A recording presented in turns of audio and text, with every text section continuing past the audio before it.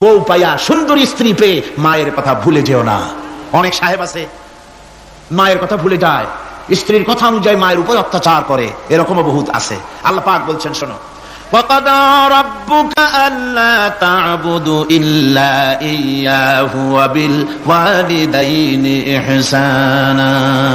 তোমার প্রভুর পক্ষ থেকে ফয়সালা হয়েছে, চূড়ান্ত সিদ্ধান্ত হয়ে গিয়েছে, আমি আল্লাহর ইবাদতের পর তোমার মা বাপের ইহসান করবে, খেদমত করবে, তাদের জন্য উপকার করবে, তাদেরকে ভালোবাসবে। আল্লাহ রাব্বুল আলামিন বলেন মা বাবার সঙ্গে কেমনে কথা বলবে, তাদের সাথে কিভাবে আচরণ করবে, আল্লাহ তাও শিখিয়ে দিয়েছেন। আল্লাহ পাক বলেন ওয়ালা তাকুল লাহুমা ওয়া কুল লাহুমা কাওলান কারীমা। মা বাবার সাথে সম্মানজনক কথা বলো। ওয়া কুল লাহুমা কাওলান কারীমা, সম্মানজনক কথা বলো, মাথায় ঝাঁকি দিয়ে রাগ করে চোখ মোটা করে কথা বলো না।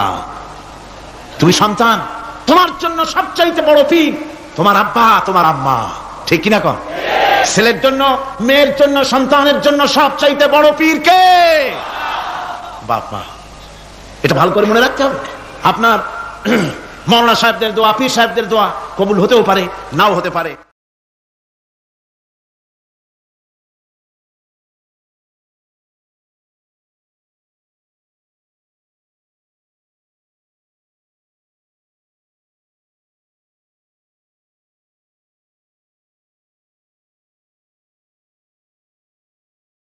টিভি